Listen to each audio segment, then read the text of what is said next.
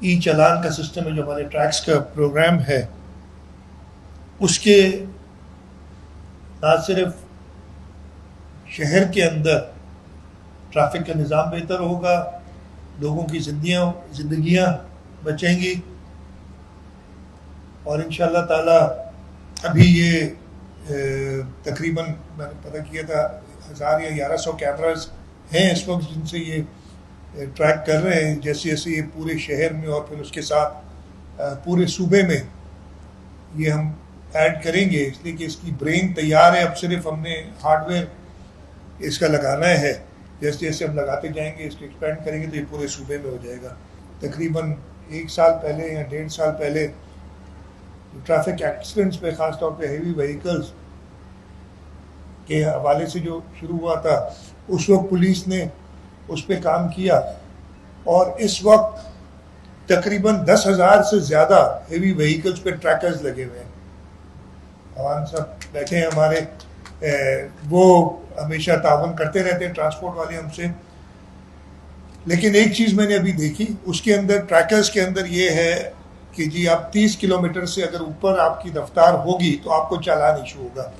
और मैं अभी ये सिस्टम देख रहा था तो लाइन से वो वायलेशन थी जो 30 किलोमीटर से ऊपर जा रहे थे।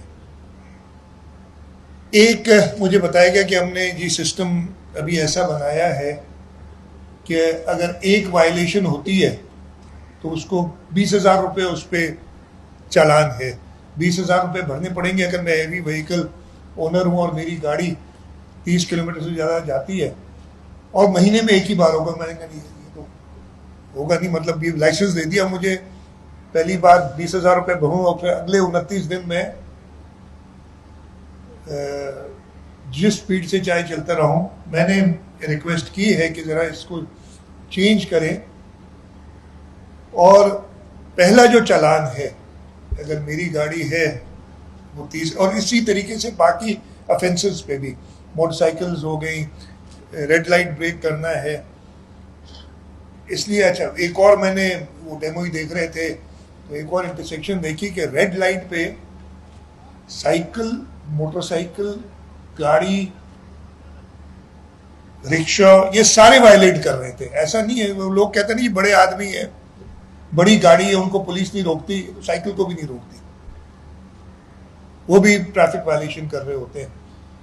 तो मैंने सजेस्ट किया है कि जो पहली वायलेशन होगी, अगर मैं कोई ट्रैफिक वायलेशन करता हूँ, चाहे वो ओवर स्पीडिंग है बड़ी गाड़ियों की, चाहे रेड लाइट ब्रेक करना, या जो भी और ट्रैफिक ऑफेंसेस हैं, उस पर चालान इशू होगा। और उस चालान के साथ इबारत आएगी कि ये आपकी पहली वायलेशन है, और एक फिक्स टाइम पीरियड उसको ऑब्वियसली डिलीवर हो जाए। उसके बाद जो भी 10 दिन मुझे बता रहे थे, 10 दिन के अंदर अगर आप इस नंबर पे कॉल करके, पुलिस वाले वो करेंगे जो ये सिस्टम चला रहे हैं, कॉल करके और अंडरटेकिंग देंगे ज़बानी, जो कि रिकॉर्ड होगी, दुनिया भर में होता है आपकी, वो रिकॉर्ड होती है कॉन्वर्सेशन। आप बताएंगे कि जी आपकी रिकॉर्ड हो रही है कॉन्वर्सेशन, आप अंडरटेकिंग देंगे कि जी मेरे से गलती हुई है, मैंने पहली वायलेशन की है और मैं एडमिट करता हूं। तो और वो रिक्वेस्ट करे कि जी मेरी ये वायलेशन पे जो चालान इशू है उसको माफ कर दिया जाए, विद अ कंडीशन कि अगर दूसरी बार मैंने ये किया तो मैं पहले चालान के भी पैसे दूंगा और दूसरे के भी दूंगा।